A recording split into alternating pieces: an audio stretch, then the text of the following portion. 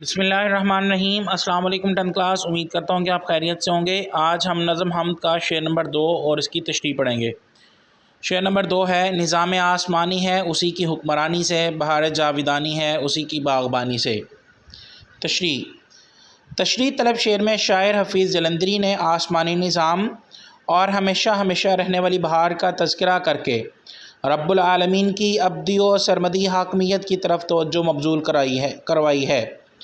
آسمانی نظام اور دنیا کی بہاریں اسی رب دو جہاں کے فیضان کرم کا نتیجہ ہیں۔ کائنات اور کائنات کی ہر چیز کا وہ تنہا نگران اور محافظ ہے۔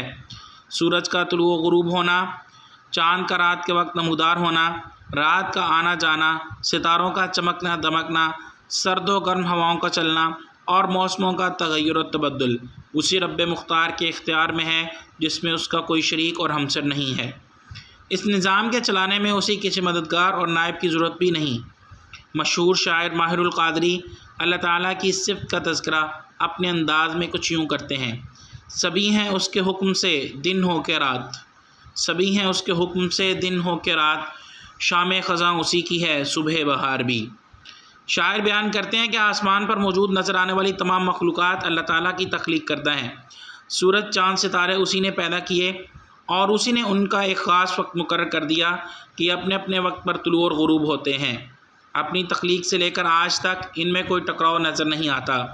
اللہ تعالیٰ نے اپنی اس بے مثل کاریگری کا تذکرہ قرآن مجید میں کچھ یوں کیا ہے: لا الشمس ينبغي لها ان تدرك القمر ولا الليل سابق النهار وكل في فلك يسبحون۔ ترجمہ: نہ تو سورج کے لیے یہ لائق ہے کہ وہ چاند سے جا ملے اور نہ ہی رات دن سے پہلے آتی ہے، اور یہ سب اپنے اپنے مدار میں تیر رہے ہیں۔ نظام آسمانی کا بغیر کسی ٹکراؤ کے چلنا اس بات کی دلیل ہے کہ ان سب کا تخلیق کرنے والا اللہ تعالیٰ احسن الخالقین ہے۔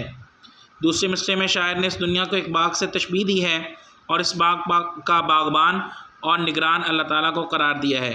شاعر بیان کرتے ہیں کہ اس دنیا میں قائم رہنے والی ہمیشہ کی بہار اور رنگینیاں اسی رب کریم کی باغبانی اور مشیت سے ہیں۔ دنیا کی کوئی چیز اس کے حکم اور فیصلے سے سر منہ انحراف نہیں کر سکتی۔